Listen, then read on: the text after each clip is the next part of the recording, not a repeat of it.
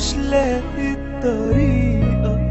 اللي بيها يحكي ضعفه، وإن وشه التاني بان يقول دي زلة لسان،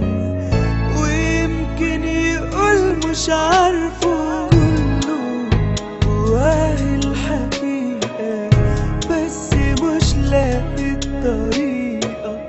اللي بيها يحكي ضعفه، وإن وشه التاني بان يقول دي زلة لسان،